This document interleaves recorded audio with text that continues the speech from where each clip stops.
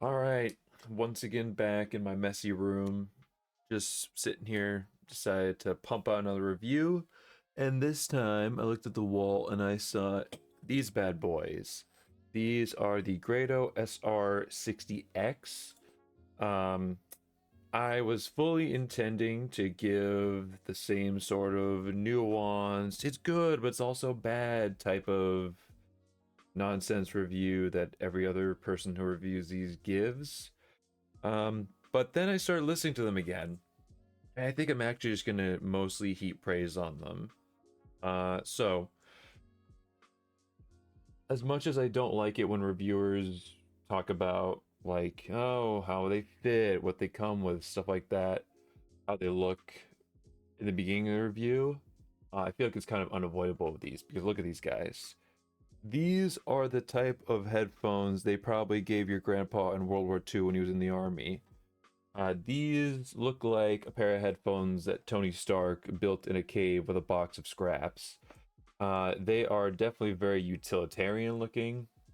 They are clearly kind of like they look like they've been MacGyvered together using a bunch of cheap parts because, in a sense, they are made of very cheap parts. Like the plastic is very cheap.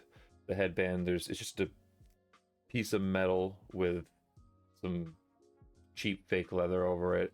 The adjustment mechanism is just this sliding thing, which can get a little weird when you're trying to match the ears up and everything like that. Uh, and then there's the world famous cable that looks like a lawnmower cable. Um, I will say a lot of people complain about the cable. I don't think the cable is actually that bad. It's a lot softer and more malleable than a lot of people say, a lot of people think it is. It definitely coils a lot easier than I thought it would. I thought it would be like a literal like lawnmower cable, but nope. It's coils up pretty nicely, bends pretty easily. So I don't know. I think that the cable stuff is overblown. I will say though, the cable is very long. Very long. If you want to use these, like walk around with these outside or just around your house, it is annoying having this much cable, and the cable is not detachable. I would love it if they had a detachable cable, just like everyone else, just like every other review you're gonna see out there. People complaining that the cable is not detachable. But in terms of the quality of the cable, I think it's fine. But going back to the aesthetics before we move on to sound, because I know that's what you're all watching for. Uh, I like the aesthetics of these. I like the sort of vision of these. The vision of someone who's just sort of cobbling together some headphones, where they're really stripped down, bare bones to the metal, and they're really just focused on sound and giving you a good product for a reasonable price. As far as I understand, these used to cost less than they do. Now, if you wanted like a new pair, they're like $100. I'm not sure what they were before. I think originally they were $60. Hence the 60. Well, I don't know if that's why they called them the 60. Um, but yeah, you can get them for like $100. If you were to buy like a new pair, they would have more padding than this. This is one of my other complaints about the headphones is that there really isn't much padding, and I have kind of a bump on my head, like right about here where it's sitting. So it would be very nice if they, you know, if they gave you, well, actually they are. That's kind of the point I was making is that the new ones, they do have padding now. So and they also have a mesh cable instead of just this style cable. Don't know how pliable it is, don't know how bendable the cable is on the new one. My mic is falling down, so let's push that back up. Don't know how pliable or bendable is the new cable is. But from the looks of it, it's most likely an improvement. All right, now also the pads. Before we move on from fit and comfort and looks and all that, the pads these I actually like. I think they're actually pretty comfortable. Comfort is in the eye of the beholder that I've found from my job as, let's say, a tech consultant, I guess you could say. But I do like these pads. I'm not as picky about pads as some people. And also, one nice thing about these pads is they do come off pretty easily. And you can replace the pads pretty easily. In fact, pad swapping is pretty common on these. So if you want different pads, you can easily just change out the pads on these. All right, now the moment you've all been waiting for, the sound. These are very controversial headphones when it comes to sound.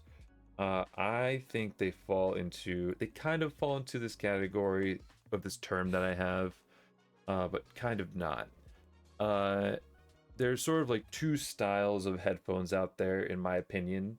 I mean, obviously, there's lots in between, but mainly the ones that I usually listen to are your sort of warm, bassy, really mid-focused headphones. So, sort of like your darker treble, where you not super sharp, not super detailed. It's more of like a wall of sound that's very smooth. The notes are nice and rounded, and it just creates this almost not illusion, but this vision of the music and how the music is spiritually supposed to sound in your head. The other end of the spectrum are your what I call the most extreme examples. I would call lean, clean, and mean. And the prime example of that I have in my collection are these guys. These are the audio chips. Oh my god, the Audio Technica MSR7Bs. They are very good. They're a nice looking pair of headphones, but other than that, well, this isn't a review about these ones, but these ones are pretty lean. They have a lot of bass, but they do take a chunk out of the upper bass section. They're not very warm. They're not very full, and they have a lot of treble, a lot of very sharp treble. These are probably the most painful headphones I have, not in terms of comfort, but in terms of sound. They will absolutely shred your ears if you're listening. Well, most tracks, honestly, but if you're listening to especially sibilant track, these will slice your eardrums up like a kebab. Now, the ones I have here today, the Grado SR60, they are leaner. They are kind of on the leaner side in terms of bass. They do have a decent amount of bass warmth. And well, not decent. They have enough bass warmth, and they have enough body to them that it's not like distracting, where you're just sort of like, where did it go? Why does it sound like this? It sounds less musical when you don't have that body to it. These ones do manage to have enough that it maintains that musicality. But there's are open backs, so you do get a decent amount of bass roll off with open backs. And so basically you're not going to get very much sub bass, just like you would with almost any other open back. Because, you know, with bass, in order to create a lot of sub bass, typically it's a lot easier if the driver has something to push off of, essentially like the back of the headphone, where the pressure from the air causes it to like bounce back at you, and that usually gives you more bass and more sub bass. These are open back, so these do not have that, but the fact that they are open back means you get a much wider soundstage. Now, soundstage is one of those terms that I don't like because it makes you think of directional sound, which is imaging. Soundstage is how deep or spacious things sound, and these do sound very spacious. But before I get to talking about that, I should also mention another crucial aspect of these headphones, which is the lower treble. The lower treble, if you look at the graph, maybe I'll superimpose the graph on here, maybe I won't, I don't know. But if you look at a frequency response graph of it, around, what is it? Around like between 1000, 2000 hertz, you can see there's like a big spike, and that's like your lower mid-range. That's where a lot of the weight of vocals and instruments is. It's sort of like I consider like the meat of vocals, whereas the upper mid-range, which is like your 3000 to 4000 hertz, that is, or like, is 2000? I don't know.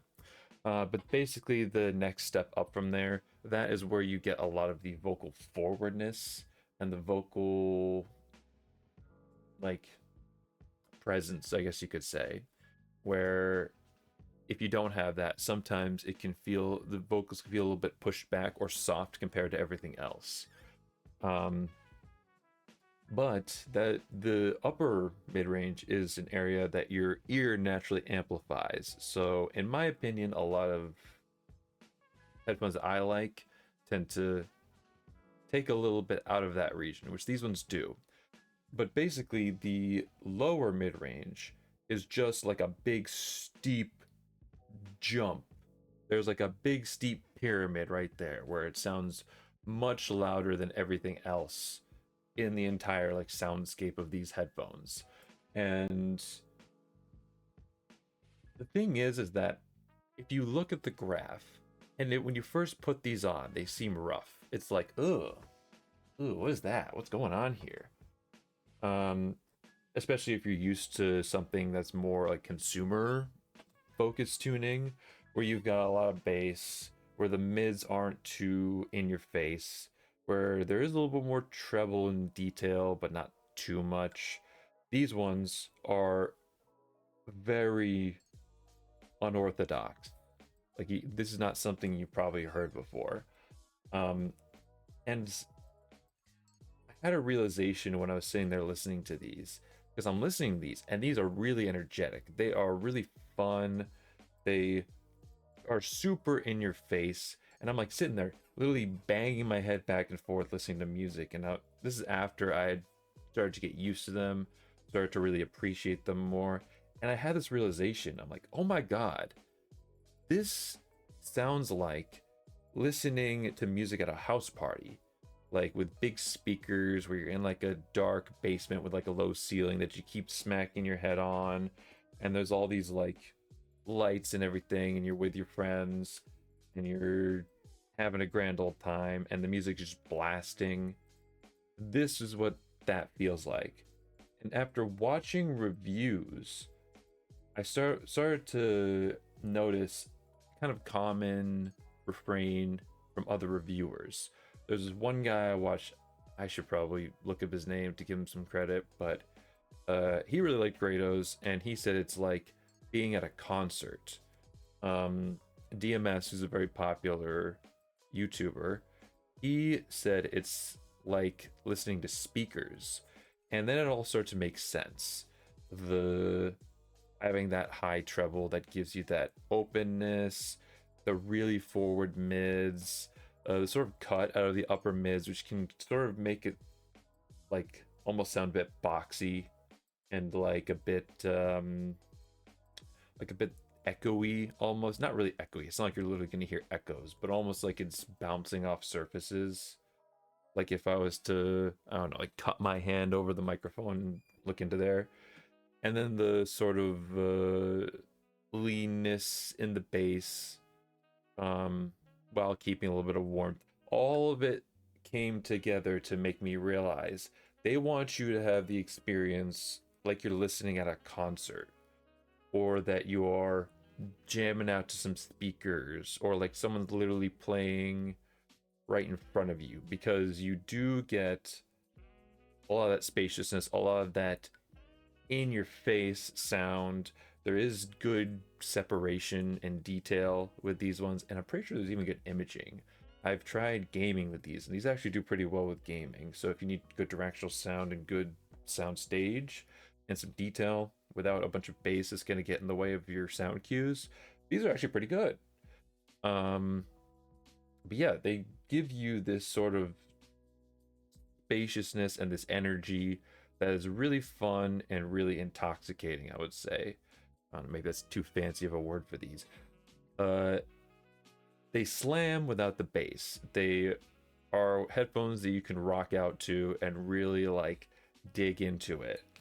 Now, I feel like I should make at least one comparison to another pair of headphones. Another pair of sort of, I guess you could say, mid to low budget headphones. You might recognize these, you might not. If I hold them closer to the screen, anyone who watches a lot of audio reviews might notice these. These are the KOS KSC75s. The These are $25. These are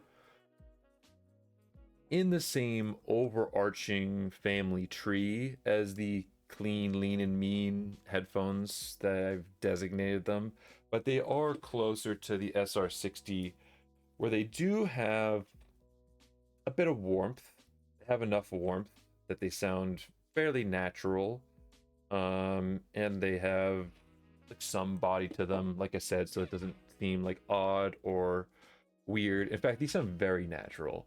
Pretty much all of Kos's headphones sound very natural, and these are $25. Now, if you go on their website and you look up the KC75s, they're not going to have this headband. This is a 3D printed headband. They usually come with these ear clips, which I should have had them handy, but here, I'll pull them out. Oh, sorry, this is a very rough review that we got going on here. But you have these clips here, and these clip right there, and then the pads sort of adjust and sit flat on the ear. Now, if you don't have a 3D printer, these all of Kos's headphones, at least all their popular on-ear headphones, use the same sort of clip system. Oh, if I can get it to disaster. If I get focus, yeah, the same sort of clip system that you can kind of see there, where it snaps in, and then it's like a ball joint where it swivels. That's really nice, especially for on-ear headphones, so that they create a nice seal, and that's why I like the headband better. Now, this isn't a review of the K75, so I don't want to harp on this, but the headband does create that seal and give you a little more bass to them, and also tames the treble a bit, because one thing that I kind of forgot to mention on these, but that's also present on these, which is the mean part of the lean, clean, and mean, is sibilance. So these both do have a touch of sibilance, and I did mention that with the Audio-Technica headphones I have here. These are very sibilant. You have a hard time avoiding sibilance with these headphones. However, with these headphones, it's more of something that just kind of pops out at you a little bit with different tracks. It does depend on the track. More sibilant tracks, you're gonna notice it more, but and also not everyone is as sensitive to treble and sibilance as I am. But for anyone like me who is sensitive to treble, they do have a bit of an edge to them. Like they are gonna, you know, cut at you a little bit on certain notes, specifically the S and T sounds, and there is a bit of treble glare to these. More so these ones than these ones. These ones are more smooth, so you don't have that glare. Oh my god, the lighting is just reflecting off of these. Hold on, let me see. Show you. There you go. That's better. Still on focus, but you can kind of get a glimpse of the filament I used. Where was I? Treble.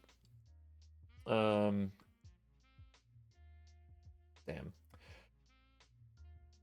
Anyway, it depends on the track. These have more of like sort of a glare or a sheen to them than the KC75s do. These are much more smooth. They're not as what do you call them? They are not as in your face or all over the place as these ones are.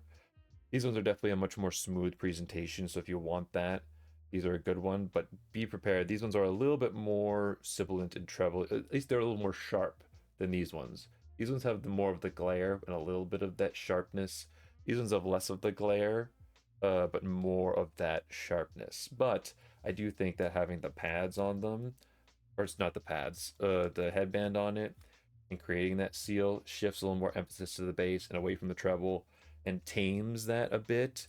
Because once again, whenever I'm about to film these reviews, I feel like any criticism I have, I start listening to them. I'm like, where did it go? It is there. and some people will notice it more than others. But if you use the clips, they don't clamp as well in your ear.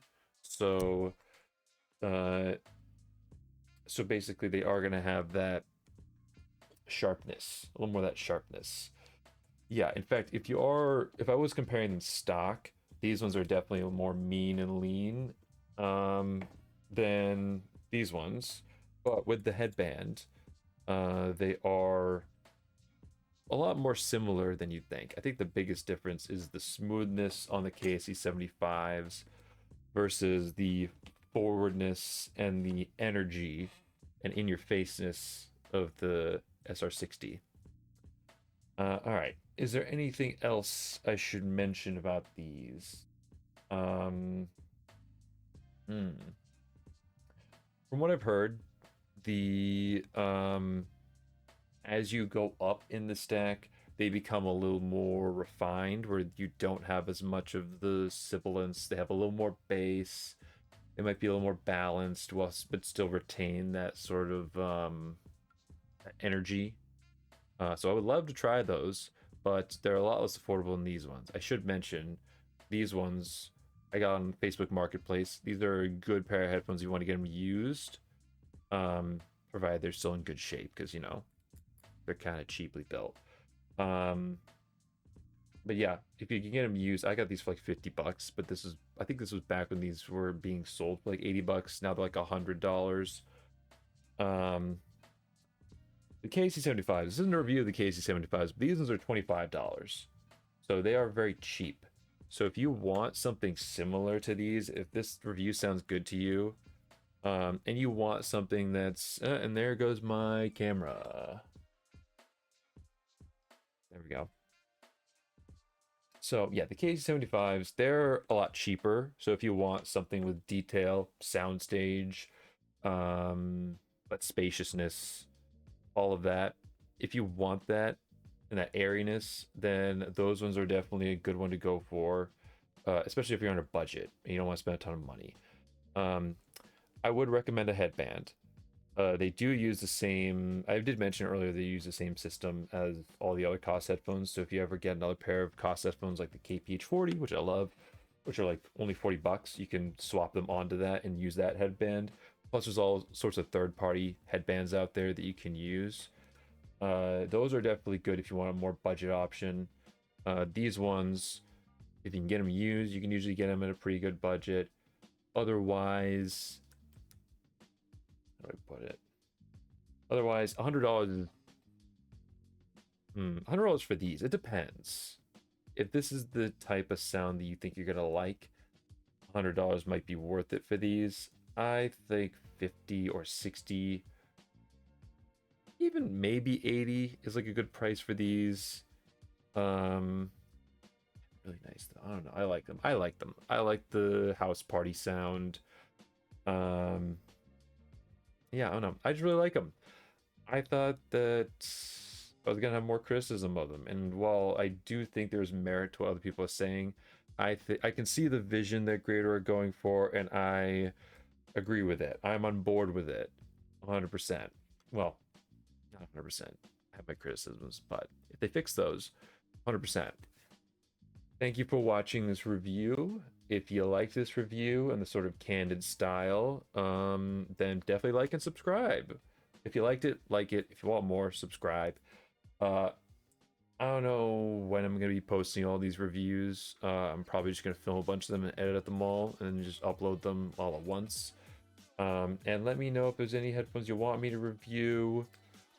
Can't say I will or not, because I'm not made of money, but maybe if this channel goes well, we'll be made of money, and I can spend all that money on beautiful headphones and audio equipment.